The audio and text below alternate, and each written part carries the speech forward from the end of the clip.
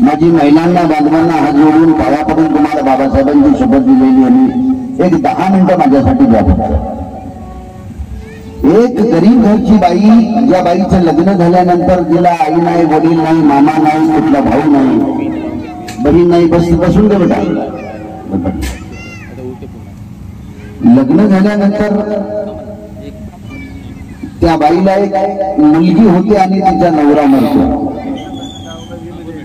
नवरा मेल्यानंतर अडाणी बाई काय करणार तर शेतात कबाड कष्ट करते आणि त्या मुलीला लहानचं मोठं करते. मुलगी मोठी झाल्यानंतर ती आई त्या मुलीचं चांगल्या घरात लग्न लावून देते. परंतु बांधवांना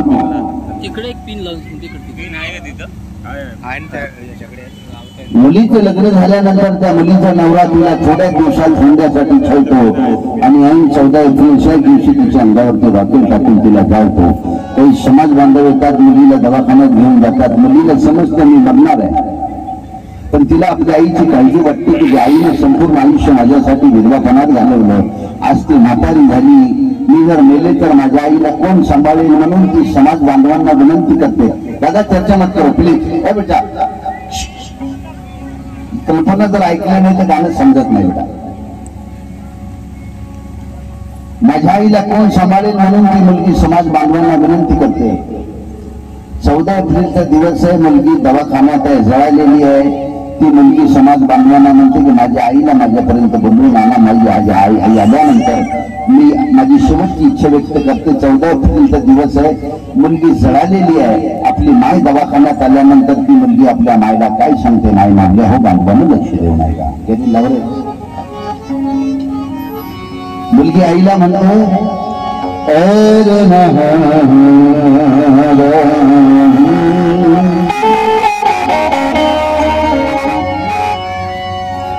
आई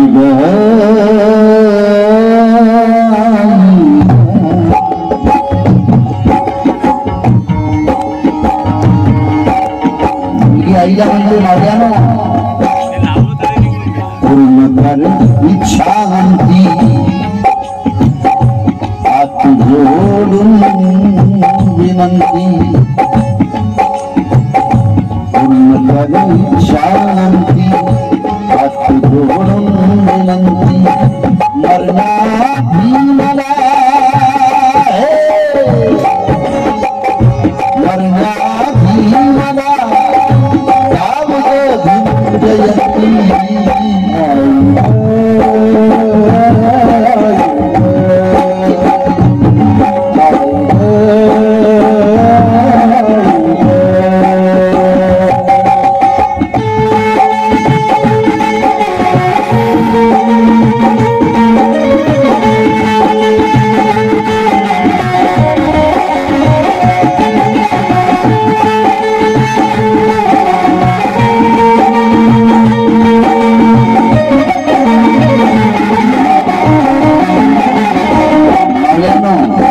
आईला सांगते, आई कशामुळे जाळलं, जरी जाळले हुंड्यामुळे कायची आग फार.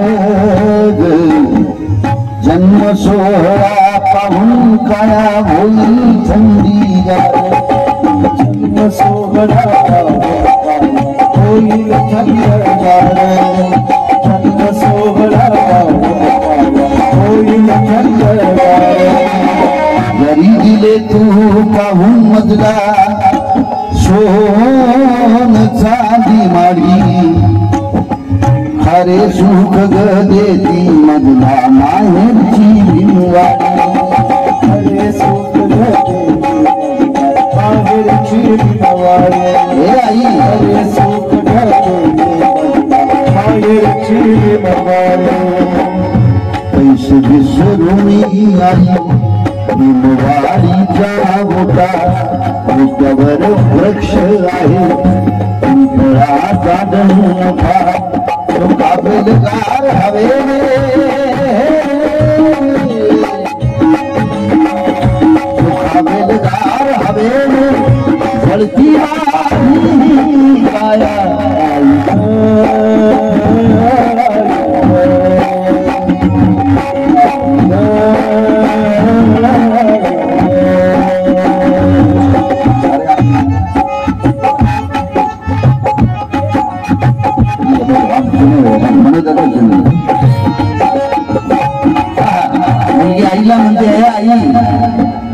धंदो आने पती रायाने क्रूर गाठली सीमा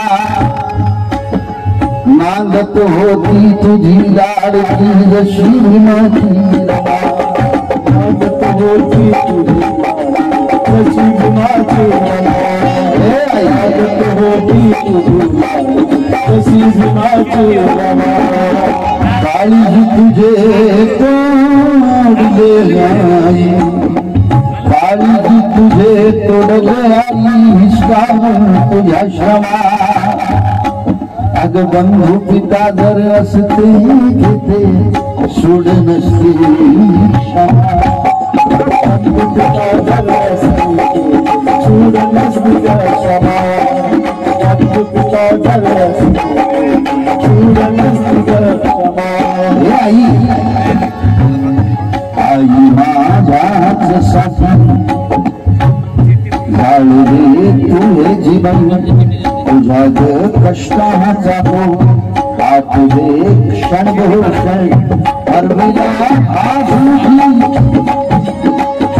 परमिला घासूची तुझी चिरून धरणी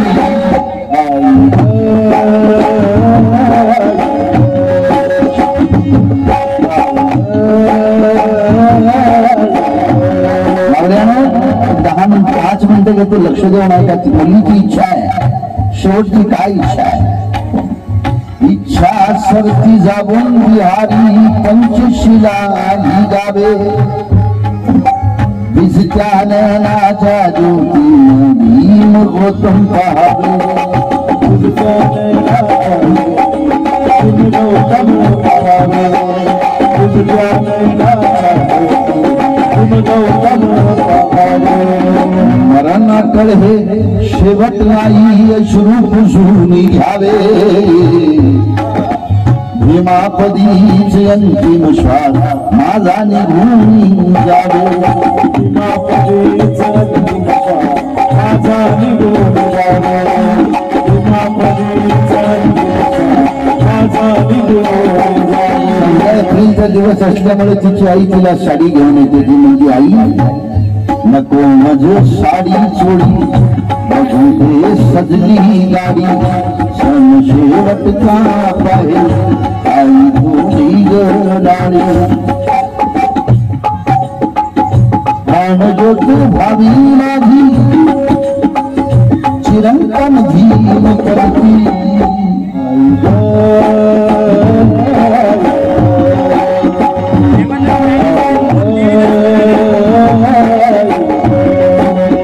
मेरी अपील है 2 मिनट ले रहा हूं जिसको भी बड़ा बनना है दुनिया के अंदर उसने मेरी एक बात को नोट करिएगा उसे बड़ा बनने के लिए दुनिया की कोई ताकत नहीं रोक सकती है शर्त यह है कि जिसको भी आज बड़ा आदमी बनना है उसने अपने माँ बाप से प्यार करना चाहिए अपने माँ बाप के प्रति ईमानदारी बरतना चाहिए मेरे भाई बाबा साहब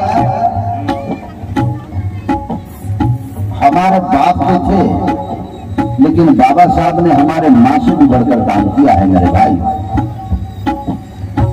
एक प्रसंग सांगतो उसके बाद में आप लोग तय करो आप तो लिखे पड़े लोग हैं रमाईला क्षयरोग झाला होता म्हणजे टीबी झाली नाही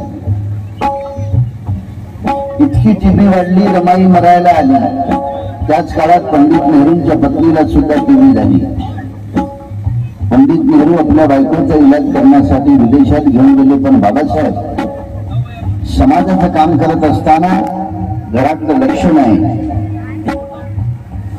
इतकी टीबी वाढली रमाई मरायला आली एक माणूस बाबासाहेबांकडे निरोप घेऊन गेला आणि म्हणाला बाबासाहेब घरी चला रमाईची तब्येत खराब आहे बाबासाहेब घरी येऊन पाहतात तर रमाई धरणीला लोळलेली बाबासाहेब रमाईचं डोकं आपल्या मांडीवर ठेवून काय म्हणतात मावल्यांनो रामू रामू मला माफ कर मी तुझ्याकडे लक्ष देत नाही अगं रामू मला माफ कर मी तुझ्याकडे यासाठी लक्ष देत नाही कारण की तुला जो रोग झाला त्या रोगाचे जर या देशात हजारो डॉक्टर आहेत एखादा डॉक्टर येईल आणि तुझा रोग बरा करेल रमा मला माफ कर मी तुझ्याकडे यासाठी लक्ष देत नाही कारण की माझ्या समाजाला जो रोग झाला त्या रोगाचा मी या देशात एकटाच डॉक्टर आहे, ज्याचं नाव डॉक्टर भीमराव रामजी आंबेडकर.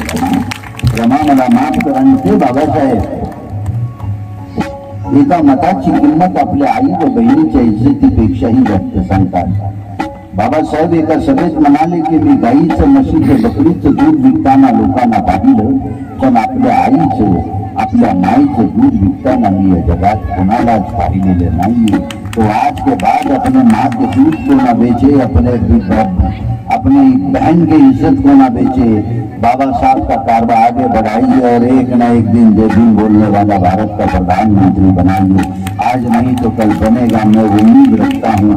इसी उम्मीद के साथ ये प्रोग्राम खत्म करने से पहले मैं पुनः एक बार हमारे रोशन दादा मेश्राम, रवि चाकसांडे, प्रशांत खैरे, प्रेम वानखेड़े, देवीदास मोहन, कैलाश जी मस्के, इन सभी भाइयों का शुक्रिया अदा करते हुए हा कार्यक्रम या ठिकाणी संपला असं मी जाहीर करतो. जय भीम, जय बुद्ध, धन्यवाद.